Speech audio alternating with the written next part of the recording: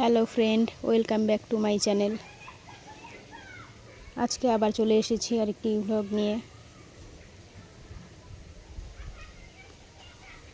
আপনারা সবাই কেমন আছেন? আমি মোটামুটি ভালোই আছি। প্রচণ্ড গরম পড়েছে,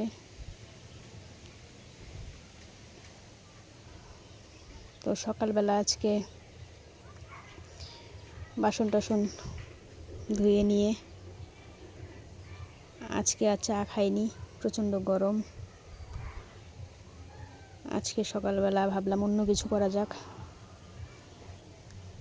তাই একটু ডিম টোস্ট বানালাম।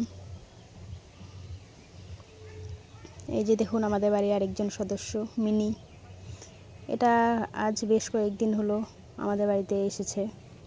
মানে আগে ছিল না, হঠাৎ করেই চলে এসেছে, জানি না কোত্থেকে এসেছে। রোজ দিন এইভাবেই এসে এখানে থাকে, বসে থাকে রান্নাঘরের সামনে, আমাদের শোয়ার ঘরেও গিয়ে শুয়ে থাকে নিচে। তো এর আগেও একটা বিড়াল ছিল আমাদের বাড়িতে বেশ অনেক দিন, তারপর কী কারণে জানি না হঠাৎ মারা গেছে। কোনো একটা অসুখ বিসুখ ছিল হয়তো। বিড়ালকে আমি খুব একটা পছন্দ করি যে তা না, আবার অপছন্দ করি তাও না। মানে এমনি বিড়ালকে ভালো লাগে, কিন্তু ওই যে অনেকে আছে কোলে নেওয়া, নিয়ে শুয়ে থাকা, এইসব আমার ভালো লাগে না। এমনি আসবে, খাবার দাবার দিব, ঠিক আছে, কিন্তু বিড়ালের একটা সমস্যা আছে, মানে যে কোনো খাবার দিলে খেতে চায় না, এটাই হচ্ছে প্রবলেম। মানে খিদে মরে যাবে, তবু যেন তেন খাবার খাবে না। হয় মাছ দিয়ে ভাত মেখে দিতে হবে, না হলে দুধ দিয়ে দিতে হবে। শুধু শুধু এমনিতে ভাত মুড়ি বিস্কুট দিলে সেরকম একটা খেতে চায় না, দুই একবার মুখে দিয়ে তারপর চলে যাবে। তো এইসব প্রাণীদের দেখলে আমার একটু মায়াও হয়। এই যে রান্নাঘরে দেখুন, আপনাদের সাথে গল্প করতে করতে চলে এসেছি। করলা ভাজা, আর এখানে মিষ্টি কুমড়ো, তারপর কোয়াশ, পটল, আলু, মূলো, এইসব দিয়ে একটা আর কি নিরামিষ তরকারি হবে। আমার ভালো লাগে সব, মানে পাঁচমিশালি সবজি দিয়ে এরকম করে তরকারি করলে। সবাই অবশ্য খায় না এইসব সবজি, আমার মেয়েও পছন্দ করে না। আর এদিকে মা পছন্দ করে, কিন্তু মায়ের যেহেতু একটু ব্যথার সমস্যা আছে আর কি, মিষ্টি কুমড়ো খেলেই ব্যথা হয়, সেজন্য খুব একটা খায় না। বেছে বেছে দুই একটা মানে পটল, আলু এইসবই নেয়। আর এদিকে এই যে কুলেখাড়া শাক, এই কুলেখাড়া শাকটা মানে এই সময় একটু বেশি পাওয়া যায়, শীতকালে কম পাওয়া যায়, তখন গাছে কাটা হয়ে যায়। বর্ষাকালে পাতাটা ভালো হয়।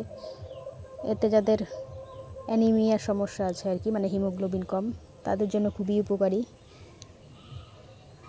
তো আমি কুলেখাড়াটা মানে বাজারে পেলেই নিয়ে আসি।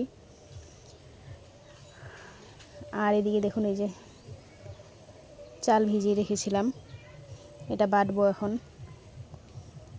আজকে যেহেতু রোববার, তো কয়েকদিন পর পর নিরামিষ গেছে, শনিবার নিরামিষ, তার আগেও একাদশী করি, একাদশীর দিন পরের দিন সব নিরামিষ চলে।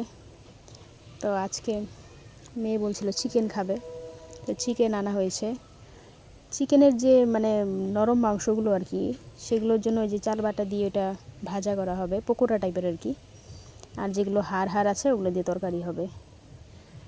তো ওটা মেয়ে ভালো বানাতে পারে, আমি শুধু বেটে দিচ্ছিলাম, বাকিটাও করেছে পকোড়াগুলো, আর বাদ বাকি তরকারিগুলো আমি করছিলাম। ওই চাল বাটা দিয়ে ভালোই লাগে, বেশি আর কি শক্ত হয়ে যায়। আর ময়দা দিয়ে যেমন একটু নরম হয়, ময়দাটা ঘরে ছিল না, আবার এই কে যাবে আনতে, সেজন্য ভাবলাম চাল বাটা দিয়েই করি। অন্য দিন তো ময়দা দিয়েই করা হয়। তো এমনি ভালোই হয়েছে, কিন্তু শক্তটা আর কি বেশি পরিমাণে। তার সাথে একটু কেচাপ দিয়ে ভালোই লাগে। ওগুলো সন্ধেবেলা টিফিনে খাওয়া যায় আর কি। তো আমরা রান্না করতে করতে মা মেয়ে দুজনে মিলেই পকোড়াগুলো খেয়ে নিয়েছিলাম ভেজে। আর এদিকে চিকেনটা হচ্ছে, চিকেন মেয়েই খায় বেশি, আমি খাই না যে তা না, খাই দু এক টুকরো, কিন্তু বেশি একটা পছন্দ করি না। তার কারণ হচ্ছে আমার গ্যাসের সমস্যা, চিকেন খেলেই আমার গ্যাসে চাপ দেয়। আর মা খায় না চিকেন, তো মেয়ের জন্যই আনা আর কি। এই যে দেখুন, চাল বাটা দিয়ে চিকেনগুলো আমি দিয়ে দিচ্ছিলাম কড়াইয়ে, আরও ভাজছিল।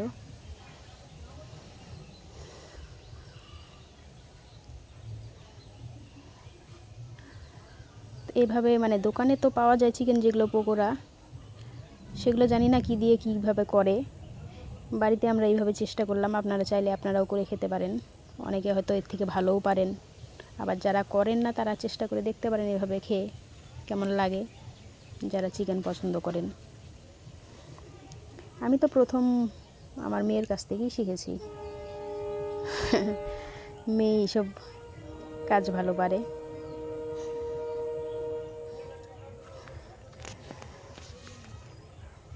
তো এদিকে নিরামিষ তরকারি, কুলেখাড়ার শাক, পকোড়া এসব হয়ে গেছে। এখন চিকেনটা কষাচ্ছি। ঝোল দিব না সেরকম একটা, হালকা একটু দিব আর কি, জাস্ট সিদ্ধ হওয়ার জন্য। তো তারপর রান্নাবান্না শেষ, খেতে বসলাম। মেয়ের যেহেতু চিকেন প্রিয়, রান্না মানে করতে করতেই ও নিজেই মানে তখনই খেয়ে নিয়েছে। তো আমি একটু দেরিতে খেতে বসলাম। এই যে বসেছি, দেখুন আমার বাটিতে চিকেন খুবই কম পরিমাণে নেওয়া হয়েছে। আগেই বললাম যে খেলে পরে অসুবিধে হয়, তাই ওই যে কুলেখাড়ার শাক আর এসব নিয়ে খাচ্ছিলাম, আর মেয়ের সাথে গল্প করছিলাম। বলছিলাম যে এতগুলো নিয়েছি তো, কিন্তু খেতে তো পারবো না। তো ওর খাওয়া অনেকক্ষণ হয়ে গেছে, যে তোকে একটু খাইয়ে দিব কিনা সেটাই বলছিলাম। তো আজকে আবার সকাল থেকে কারেন্ট নেই আমাদের এদিকে, প্রচণ্ড গরম। হাত পাখা নিয়ে রাস্তায় বেরিয়ে পড়েছি, কোনো গাছে কোনো পাতা নড়ছে না, কোনো রকম হাওয়া নেই। গরম একদমই সহ্য হচ্ছিল না। স্নান করার পরও ঘেমে যাচ্ছিলাম, ঘরে মানে ঢুকলেই শরীর ঘেমে যাচ্ছে। কতক্ষণ আর বাইরে থাকা যায়। তো এইসবই আর কি, দুজনে মিলে গল্প করছিলাম। আর মেয়েকে বলছিলাম যে চল যাই একটু সামনের দিকে রাস্তায়। ও যেতে চাইছে না, বলছে না যাবো না, ওর আবার টিউশন আছে। তো আমি বলছিলাম কারেন্ট নেই, কারেন্ট না থাকলে টিউশনে গিয়ে কি হবে, ফ্যান চলবে না, এই গরমের মধ্যে পড়বি কী করে। সেটাই ও বলছিল যে না তবু যাবে। তো আমি বলছিলাম যে ঠিক আছে, কারেন্ট আসলে না হয় আমি গিয়ে দিয়ে আসবো। এই যে দেখুন আমাদের বাড়ির সামনাটা, এই যে কলা গাছ, আর ওটা সেন্টার ঘর যেটা দেখছেন পাকা ঘর, এটা পাশের বাড়ি। সামনে যে পাকা দেখা যাচ্ছে ওটা সেন্টার ঘর। আর এই যে দেখুন আমাদের রাস্তাটা, এখানে যে দুটো ফুটো দেখা যাচ্ছে, এখানে প্রচণ্ড পরিমাণে পিঁপড়ের বাসা। এত বড় বড় পিঁপড়ে বের হয় এখান থেকে, মানে কি বলবো, একবার যদি কামড়ে দেয় না সহজে ছাড়ে না, অনেক বড় বড় পিঁপড়ে।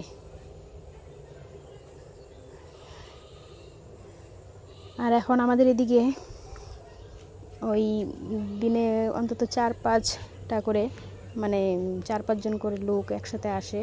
ওই কি মনসা পূজার প্রচলন বের হয়েছে নাকি, কিসের বাড়ি বাড়ি নিয়ম আর কি, চাঁদা তুলে তুলে করতে হয়।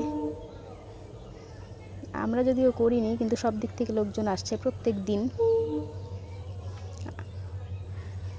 তো এইসব কী নিয়ম বের হয় না হয় তা জানা নেই, সবাই বলছে করতে লাগে করতে লাগে, কি নাকি স্বপ্নে দেখেছে এইসব। তারপর যাই হোক, ওই যে বাড়িতে চলে আসলাম, মা এদিকে মুড়িগুলো চেলে নিচ্ছে। তো যাই হোক বন্ধুরা, ভিডিওটা আর বড় করছি না, আজকের মতো এখানে এই পর্যন্তই। ভালো লাগলে একটা লাইক করে দেবেন। তাহলে টাটা, বাই বাই, দেখা হচ্ছে নেক্সট ভিডিওতে।